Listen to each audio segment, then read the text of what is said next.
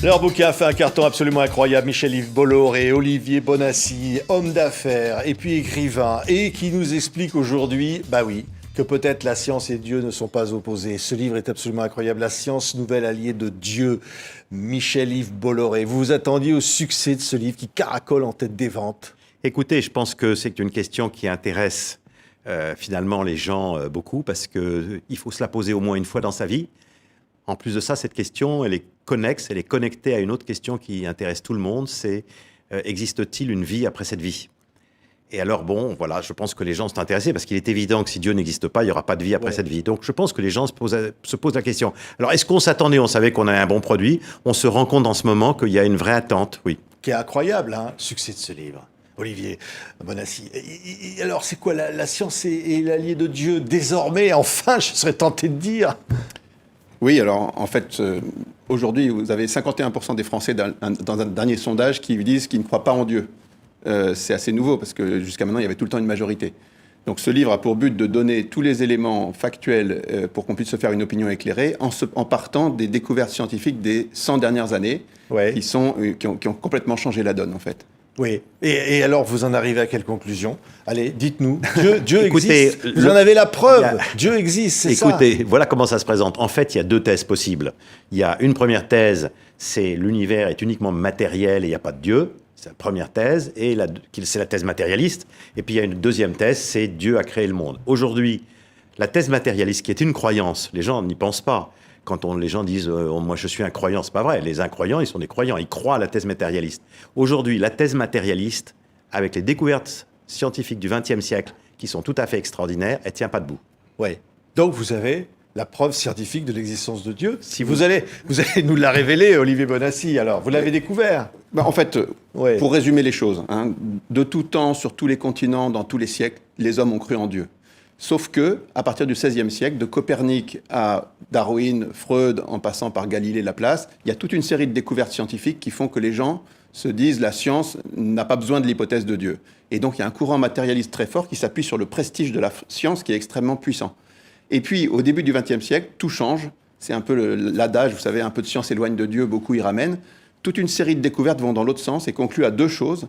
Il y a un début absolu au temps, à l'espace et à la matière, dont Einstein nous dit qu'ils sont liés. Donc s'il y a un début au temps, à l'espace et à la matière, ça veut dire qu'avant, il y a une cause non temporelle, non spatiale, non matérielle qui a fait émerger tout ça. Et puis, chose très importante, dans les 50 dernières années, on s'aperçoit qu'il y a des réglages absolument fous dans l'univers, que les données initiales de l'univers sont absolument réglées d'une manière fantastique, et pareil pour les lois de la physique et les lois de la biologie. Et ce réglage fin est tellement fantastique que même les athées parlent de miracle. Ouais. Et donc, à la fin, si vous mettez les deux choses en balance, vous avez un début et un réglage. La solution la plus évidente, c'est qu'il y a un esprit intelligent qui est à l'origine de tout ça. Et dans notre livre, donc il y a la partie scientifique qui fait les 2/3 du livre à peu près, parce que la science était le véritable obstacle. Mais il y a toute une série d'autres anomalies de l'histoire sur lesquelles on peut réfléchir de manière rationnelle. Et l'ensemble de tout ça fait une série de preuves convergentes, indépendantes, rationnelles, qui ont toutes le même résultat, en fait. Qui explique qui, à la fin, vous dites, on y croit. Pourquoi l'univers est si incroyablement adapté à l'émergence de la vie? Au fond, vous vous dites, c'est pas possible, il n'y a pas de hasard, il y a forcément quelque chose, une main derrière tout ça, c'est ça que vous vous dites? Exactement. Avant, la cosmologie n'existait pas. La cosmologie est une science nouvelle. Le premier prix Nobel, je crois, de cosmologie a été décerné en 1950. Vous voyez, c'est assez récent. Le premier début de la cosmologie, c'est vraiment Einstein. Mais grosso modo, aujourd'hui, on sait énormément de choses puisqu'on a modélisé l'univers. L'univers, il repose sur une trentaine de nombres purs qui sont des constantes. Par exemple, la vitesse de la lumière. Pourquoi la vitesse de la lumière est-elle celle-là ? Pourquoi est-ce que la vitesse d'explosion de l'univers au début, c'est-à-dire de son expansion, est-elle celle-là? Qu'est-ce qui se passerait si elle était très légèrement différente? C'est des questions qu'on ne pouvait pas se poser, ça n'avait aucun sens avant.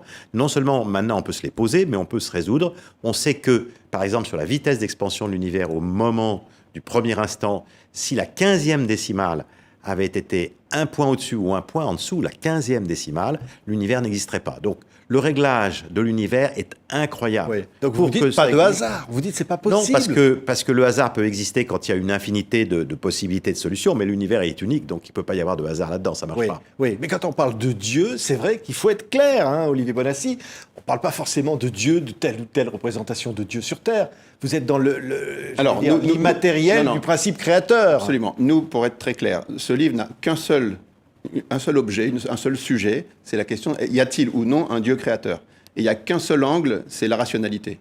Voilà. Et par contre, pour traiter sérieusement cette question, on a ouvert une douzaine de dossiers indépendants et on regarde dans chaque cas, factuellement, rationnellement, quelle est la réponse la plus adaptée? Dieu existe ou Dieu n'existe pas? Et sur chacun des cas, tous les clignotants, si vous voulez, il y a un strike, tous les clignotants passent au vert en même temps, et à la fin, vous vous dites, bon, bah, de toute façon, parce que la réponse, savoir si Dieu existe ou pas, la réponse existe quelque part, indépendamment de nous.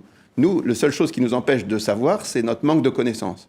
Or, la connaissance a beaucoup progressé, et comme il y a des interactions entre ces deux thèses dont parlait Michel-Yves, et le monde, qui fait que, par exemple, si Dieu n'existe pas, toutes les théories athées de tous les temps ont dit le temps est infini dans le passé, la matière a toujours existé. Bon, mais ça, c'est fini. On ne peut plus penser ça scientifiquement. Parce que maintenant, on sait qu'il y a eu un début au temps, à l'espace et à la matière. Oui, vous ne croyez pas à l'infini avant, non, et à l'infini après, c'est pas nous, ou à une multitude d'infinis. Scientifiquement, l'idée de l'infini a été détruite par plusieurs découvertes. La première découverte qui a détruit l'idée de l'infini, c'est ce qu'on appelle la thermodynamique.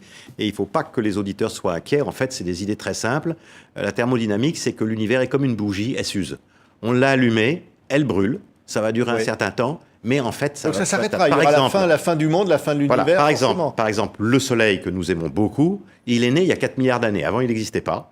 Et nous savons aujourd'hui que dans 5 milliards d'années, il sera complètement éteint, il sera complètement noir et froid. Donc, tout le système solaire va être éteint. Et après le Soleil, toutes les autres étoiles, le Soleil est une étoile, toutes les autres étoiles de l'univers vont s'éteindre les unes après les autres, comme un tas de bûches dans une cheminée. Donc, dans un certain temps, loin c'est certain, mais peu importe, dans un certain temps, l'univers sera entièrement noir et glacial. Oui. Voilà. Donc, c'est une vérité scientifique aujourd'hui. Oui, mais alors, c'est vrai qu'on a du mal à imaginer ce que c'est que ce principe créateur. Vous l'imaginez comment? C'est quoi? C'est un être supérieur qui a décidé de tout ça, qui s'est dit tiens... Vous êtes vraiment un journaliste. On va faire les hommes comme ça, on va faire les femmes comme ça.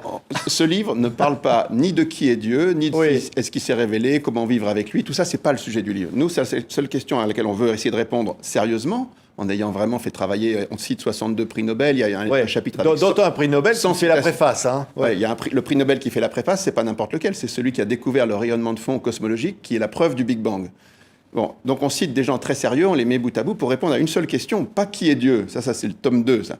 Mais le tome 1, c'est est-ce qu'il y a un Dieu créateur ou pas? Est-ce qu'on peut se prononcer sur cette question? Parce que vous savez pourquoi est-ce que les gens, Michel-Yves disait, tout le monde se pose cette question, et c'est vrai, mais pourquoi est-ce qu'on ne se la pose pas plus? C'est parce qu'on pense qu'elle est indécidable. Et là, nous, ce qu'on prétend, c'est qu'aujourd'hui, elle est de moins en moins indécidable, voire décidée. Oui, voilà.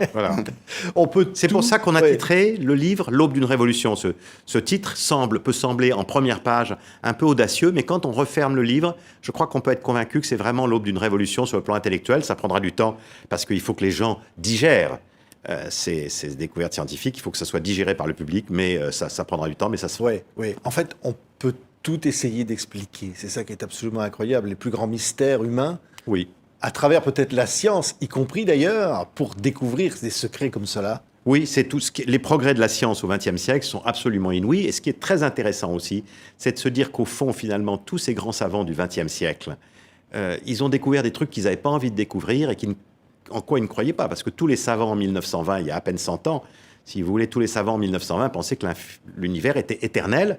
Tout le monde pensait ça, pendant très très longtemps. Il était infini géométriquement et puis il était stable. Or, en fait, rien de tout ça est vrai. L'univers n'est pas stable, il est en expansion. Et puis, il n'est pas éternel, il a un début et une fin. Et très vraisemblablement, il est en plus géométriquement fini. C'est-à-dire que si on partait de droit devant soi, on viendrait de son point de départ. Alors, vous allez dire qu'elle n'est pas dans le bouquin, la question, mais on va vous la poser. On doit vous la poser dans tous ces lecteurs qui affluent et qui lisent ce livre et qui ont envie de continuer la conversation et se dire, pourquoi Pourquoi la vie? Pourquoi tout ça? Pourquoi cet univers? Mais vous êtes vraiment un journaliste, on va pas répondre à cette question. Hein. Non, si quelqu'un l'a créé, pourquoi faire? C'est ça. C'est pas dans le livre. C'est pas quelque chose à laquelle on peut répondre intelligemment parce qu'on a étudié pendant 3 ans sur un seul sujet, encore une fois. Mais je reviens sur ce que disait Michel-Yves, c'est très important. Il y a 100 ans, tout le monde croyait que l'univers était stable, infini et qu'il y avait l'éternel. Et en fait, aujourd'hui, 100% des savants pensent le contraire. Donc il y a eu une sorte de révolution fantastique qui changent complètement, qui bouleversent les esprits. Vous savez, il y a eu des révolutions scientifiques qui ont marqué Copernic, ça a marqué énormément tout le monde. Darwin, ça a mis des décennies, voire des siècles, à être perçu par le public. Cette révolution-là dont on parle, celle du Big Bang, mais pas seulement celle-là, celle aussi de la thermodynamique, de la relativité, la mécanique quantique, la découverte de la complexité en biologie, la découverte du réglage fin de l'univers qui date de 50 ans, ça n'a pas encore été compris, ça n'a pas encore été intégré par la mentalité générale, si vous voulez. Or, ça change complètement la donne. Ça fait un retournement. C'est un retournement. Et donc, dans l'équation, quand vous regardez le dossier comme ça, vous voyez toute une série de raisons de croire classiques qui font que les gens ont toujours cru en Dieu, l'émerveillement devant l'univers, la beauté de raisonnement qu'on peut devant un coucher de soleil, tout ça, mais aussi des raisonnements philosophiques, des choses liées à la morale, des choses liées à la révélation, plein de choses. Tout ça, ça reste. Et en plus, la science vient de se retourner. Donc, je vous dis... Oui, c'est ça qui est formidable, c'est qu'en fait... Très intéressant, et il y a aussi, on n'en a pas dit un mot, mais il y a quand même aussi la biologie, si vous voulez, le passage de l'inerte au vivant est la vraie question, c'est une vraie question. Comment est-ce qu'on est passé de la matière à la première cellule vivante ? Et ce qui est très intéressant, c'est que pendant très longtemps, là aussi, les gens croyaient des choses, ils pensaient qu'il y avait une soupe primitive, qu'il fallait touiller une soupe primitive, de la chauffer, de mettre du méthane, des molécules, peut-être de mettre quelques décharges de foudre dedans, de l'électromagnétisme, des courants électriques. Pendant 30 ans, il y a des savants qui ont essayé de touiller des soupes primitives. Puis après, on a découvert que la moindre cellule était avec de l'ARN, de l'ADN, des ribosomes qui sont de véritables ordinateurs. Donc dans la moindre cellule, vous avez des ordinateurs. Et donc tous ces gens, tous ces gens qui faisaient des recherches, ils ont arrêté de faire leurs recherches. On ne cherche plus aujourd'hui à touiller des soupes primitives pour faire apparaître une cellule vivante parce qu'on sait que ça ne marchera pas. C'est incroyable. Alors, vous dire qu'à un mot de votre parcours, vous êtes hommes d'affaires tous les deux. Vous, je crois que jusqu'à l'âge de 20 ans, vous n'étiez pas du tout croyant. Non, je n'étais pas du tout croyant. Vous êtes arrivé là, et là, d'un coup, vous vous êtes passionné pour ces questions-là. Au fond, c'est quelque chose, vous tirez une ficelle, et puis il y a la pelote qui vient derrière. Moi, je voudrais quand même dire deux choses. C'est très intéressant. C'est assez passionnant. D'abord, on peut le lire déjà comme des récits historiques, c'est-à dire ce sont des découvertes, avec des gens passionnants, des gens très intéressants, des savants qui ont des vies très complexes, souvent agitées, etc. Donc, on peut le lire déjà comme comme des récits de découvertes qui sont très intéressants. Et puis, ils font des découvertes qu'eux ne souhaitaient pas du tout. Ils ne souhaitaient pas découvrir ça. Ça les a même dérangés terriblement. Et après, on peut sous-peser quel est l'impact de ces découvertes sur la métaphysique.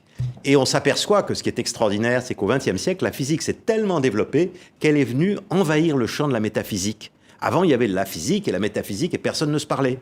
Mais la physique, elle a débordé de son lit comme une crue énorme, comme on voit à la télévision quand il y a les fleuves qui débordent. La physique et les mathématiques ont débordé de leur lit et ils sont venus envahir le champ de la métaphysique. Et ça, c'est très amusant. Merci. La science n'est pas devenue, pour le coup, à l'inverse, une nouvelle croyance. En science, ce qui est intéressant, c'est qu'en science, il y a des domaines dans lesquels il y a des consensus et puis il y a des domaines dans lesquels il y a des hypothèses. Nous, on parle que des consensus, que des choses qui sont sûres et certaines, sur lesquelles on ne reviendra pas, comme le fait que la Terre est sphérique ou que on tourne autour du Soleil, des choses comme ça. Le Big Bang, on l'observe, on est sûr qu'il y a la théorie et l'observation qui concordent complètement. Personne ne remet ça en cause, donc on peut réfléchir à partir de points comme ça. On peut réfléchir à partir de ça, mais il y a tout le reste. Il y a tous les doutes. Il reste les doutes. Vous êtes pétri de doutes, j'imagine. La vie après la mort, enfin bon, tout ça. Non, c'est pas pareil. Il reste beaucoup de questions qui sont complexes, énormément de questions auxquelles on n'a pas de réponse.